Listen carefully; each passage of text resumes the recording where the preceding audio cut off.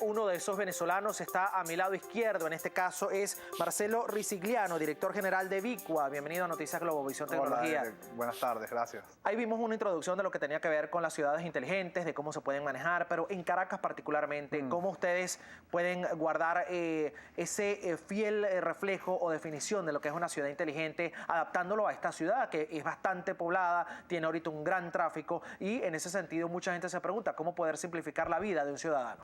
Bueno, hay que empezar, creo que entendiendo que una ciudad en su planificación debería incorporar el tema de la inteligencia, programar al mismo tiempo a dónde se quiere llegar, qué tipo de ciudad se quiere tener.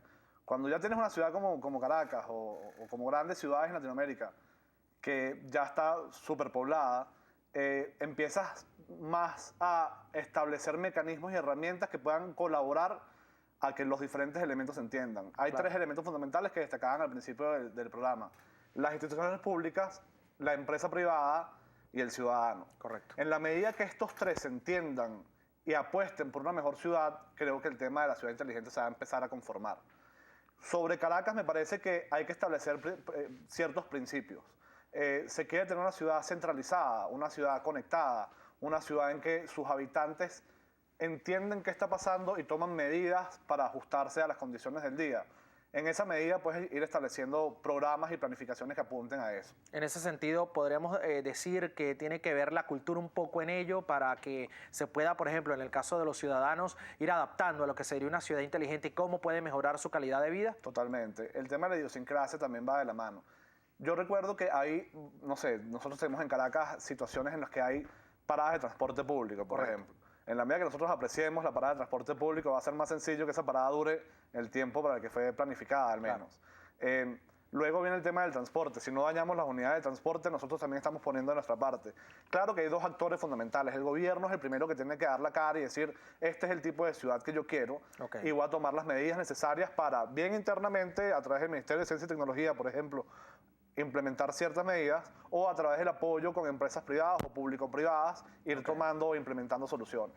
Eso es importante. Emprendedores más representantes de servicios públicos, ¿cómo o en cuánto tiempo? Porque ya has dado un poco la introducción de cómo se puede lograr esto, pero ¿en cuánto tiempo tú estimas como representante de Vicua y trabajando esta área importante que pudiera lograrse al menos un primer paso, una primera parte en cuanto a esa cultura de una ciudad inteligente?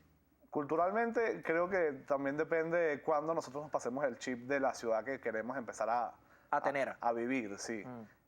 Luego me parece que el tema está en, tecnológicamente hablando, nosotros al menos lo que nosotros, desde el área de la que yo puedo hablar, no debería llevar mucho tiempo. Estos programas o soluciones se podrían ir implementando progresivamente, por fases. O sea, nosotros necesitamos un centro de control y operaciones de la ciudad. Hay un esfuerzo que viene desarrollando el gobierno nacional con el tema de la seguridad ciudadana.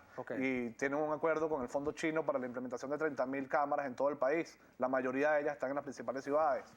Ese centro de control, al menos yo todavía no lo he visto. No sé si ya está oficialmente listo. Pero ese centro no puede estar trabajando al margen de otras cosas, al margen del Instituto Nacional de Tránsito y Transporte, al margen del Metro de Caracas, al margen de las alcaldías de la ciudad. Además, en Caracas tenemos, al menos yo lo considero un error, que hay muchas alcaldías o muchas jurisdicciones trabajando sobre la misma ciudad. Sobre el mismo tema. Entonces, por ejemplo, en el caso de Chacao y Baruta, por poner un caso, tienes en la frontera está Chacao, Baruta, en el Rosal, Chacaíto, y está Libertador. Nosotros tenemos un sistema de semaforización centralizada con Chacao y con Baruta. ¿Qué pasa cuando las ciudades, o cuando la avenida, mejor dicho, se encuentra?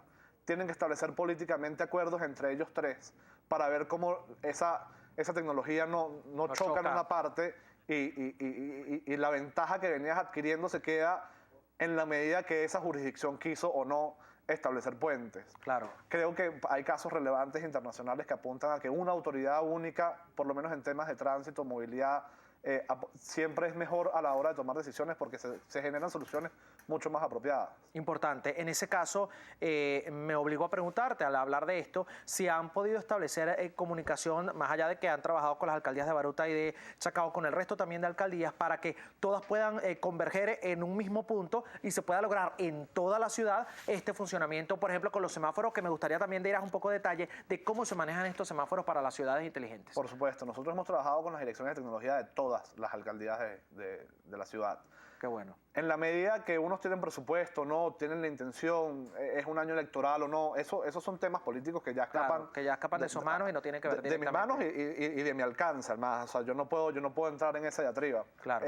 Uno de los temas más controversiales cuando hablas de ciudades inteligentes es a qué le puestas la inversión. ¿A retorno inmediato, que es retorno electoral, o a retorno a largo plazo, que es quizás cuando ya tú no estás como alcalde? Claro. Entonces, si yo le apuesto a Misión Vivienda, por ejemplo, es una necesidad en Venezuela que la gente necesita vivienda. Si yo vengo y propongo un plan de centralización, de semaforización, por ejemplo, quizás el presupuesto va más orientado a un tema social, a otras áreas, que es una prioridad.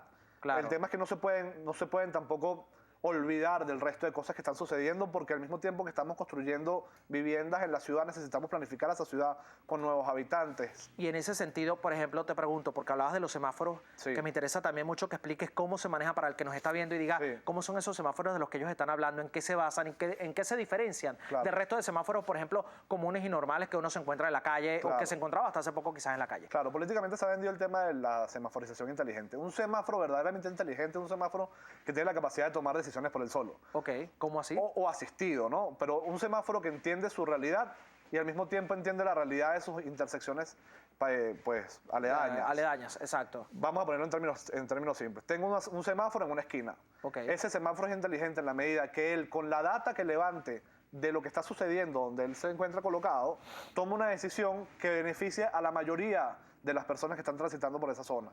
Claro. Pongamos el semáforo de la avenida, el semáforo de la avenida Bolívar. Ok. Un semáforo que esté allí centralizado y no se comunique con los demás, okay, tomaré una decisión sobre él solo sin claro, considerar que otras cosas están sucediendo a su alrededor. Nosotros tenemos una propuesta, tenemos una solución que es elaborada además en Venezuela, tanto el hardware como el software, es decir, tanto la solución de software como el equipamiento, el semáforo en sí, son fabricados en Venezuela. Nosotros nos encargamos de la parte del software. Pero nosotros lo que permitimos es centralizar esa semaforización, es decir, llevar todos los semáforos de la ciudad a un centro de operaciones. Al que hablábamos antes de las cámaras, por ejemplo, que tú puedas tener imágenes de lo que está sucediendo en la ciudad y al mismo tiempo puedas tener incidencia sobre esos semáforos, cambiarle los tiempos, establecer ondas verdes. Ondas verdes, ok. De manera que hasta puedas atacar pues, situaciones de emergencia, situaciones de conflictividad. Claro, que ocurren en el tránsito, por lo general, un accidente o cualquier tema, ¿no? O hasta incluso por temas electivos. Trancas la ciudad completa para que la gente no se mueva. Porque hubo una incidencia importante.